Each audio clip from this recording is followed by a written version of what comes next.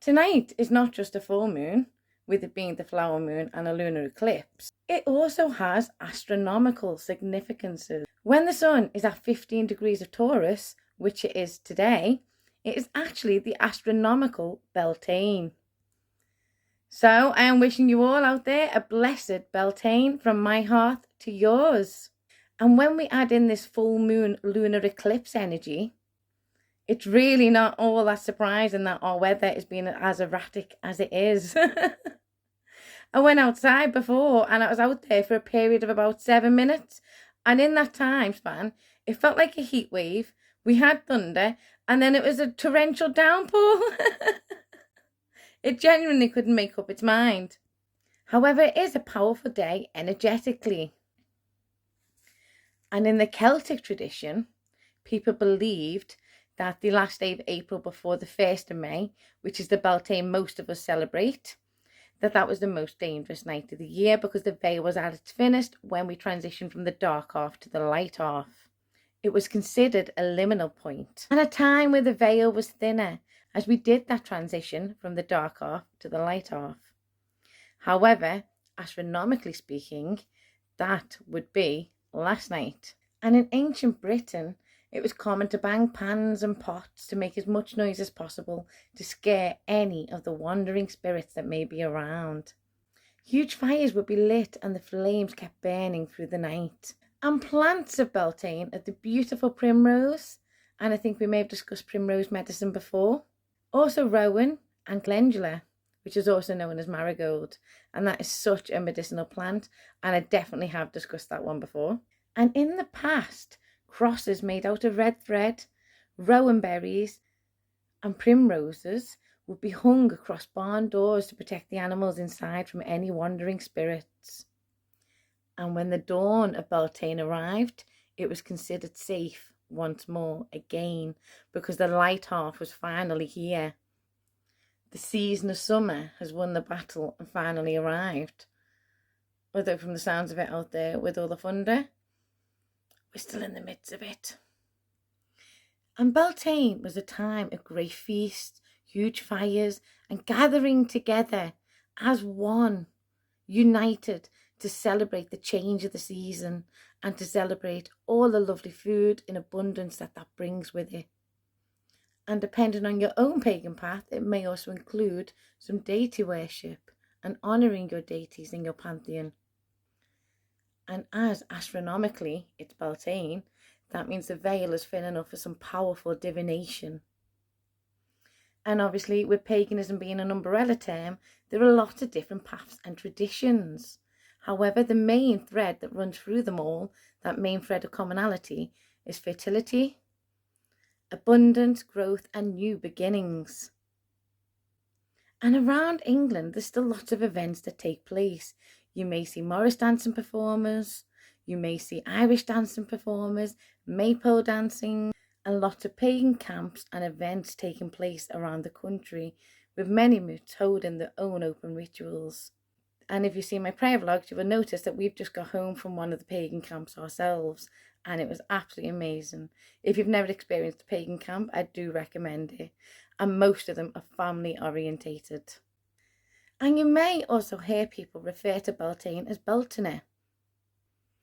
And Beltane is a time to reconnect with nature, reconnect with those reinvigorated, rebirthed energies that are now in abundance, because the energy is really strong now and really picking up.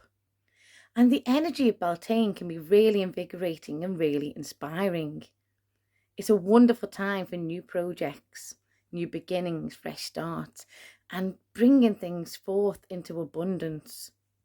A time of growth and development, whether that's in your personal life, your working life, your social life, or your spiritual life. And it's also a great time of year for foraging, building up that connection with the plants and the land around you, communicating with them and building up that relationship, getting to know the land and that energy around you, your connection to your local land. And as I say, whether it's Beltane or it's Samhain or anything like that, you need to do what feels right to you.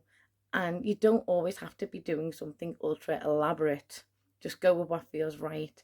Go with your own instinct. Ignore all the gatekeepers. Whether for you that's a solitary meditation or lighting a candle, or a massive group ritual with elaborate roles given out to various attendees. It really is up to you what feels right for you to do. And if you can't get out, you can still bring that energy in, whether that's kitchen herbs or plants on your windowsill, incorporating the colours of the season in your decor, such as blues, golds, pinks, yellows and greens, including seasonal goods such as nettle and dandelion in your cooking. That's also a great way of bringing those elements in, that earthy energy of the season, with an emphasis on the solar energy, of course, as well for Beltane. It's a fire festival too. Due to the fertility link of this festival, you'll tend to find couples jumping over fires, jumping over brooms at this time of year. A lot of hand fastings too. In fact, one of my friends recently got married yesterday actually, and her pictures are amazing. They had a Norse wedding and it was just absolutely beautiful. Her dress was stunning. So big congratulations to Mrs. Edmondson out there, because I am so chuffed for you. Your photos were amazing. I really hope you both had such a special day. And the timing is actually quite perfect due to that union link, the masculine and feminine coming together, bringing those elements together for the fertility of the land, for the fertility of us, for life in general, the life cycle. If you have also taken the leap this Beltane, then congratulations as well. Once again, we recognise the importance of the turning of the wheel. And for our ancestors, that would have a direct impact on their day-to-day lives.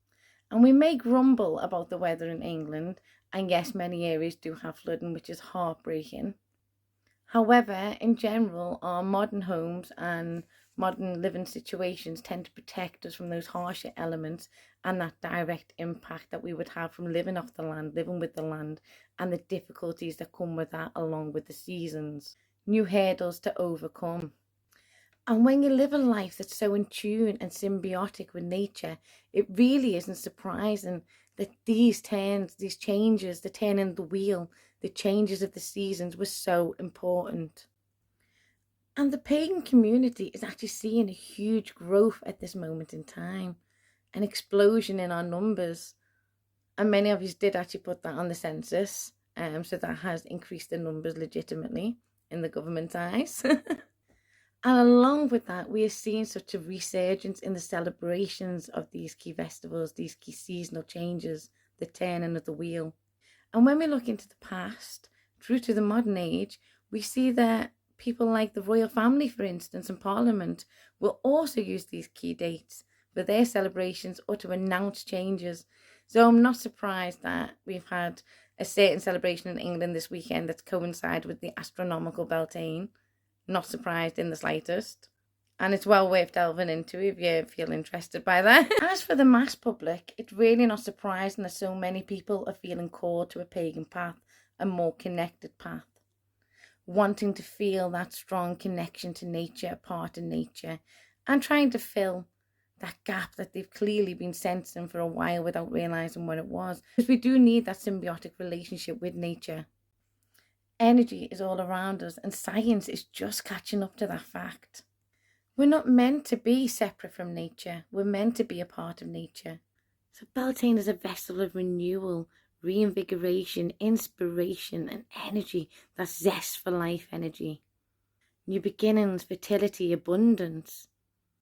Celebrating the sacredness of family and love and honour. Honouring and connecting with your ancestors while the veil is thin. A time of hope and a celebration of light and life. Keeping that fire burning and keeping that warmth flowing. A time of deep connection and growth. Inner connection and growth, as well as external connection and growth. And there are still messages in these ancient festivals that apply to modern times. They apply to the modern struggles we are having now. Not just those struggles we face personally on an individual level or even a familial level, but on a societal level too. And obviously, paganism is an umbrella term for many different practices and paths, and therefore how we all celebrate will be different. So let me know in the comments, because I love hearing how other pagans celebrate. So wishing you all a blessed astronomical Beltane.